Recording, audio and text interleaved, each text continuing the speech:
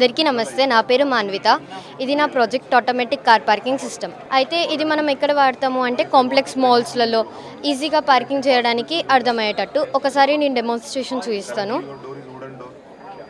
So ఒకవేళ car enter అయిందంటే ఇక్కడ టోల్ గేట్ ఓపెన్ అవుతుంది, కౌంట్ ఇంక్రీజ్ అవుతుంది. ఓకే, ఇటు నుంచి బయటికి వెళ్తుంది అంటే కౌంట్ డిక్రీజ్ అవుతుంది. సో ఇది ప్రాక్టికల్లీ ఏం చూపిస్తుంది అంటే ఎన్ని కార్స్ పార్క్ అయ్యి ఉన్నాయి అని చూపిస్తుంది.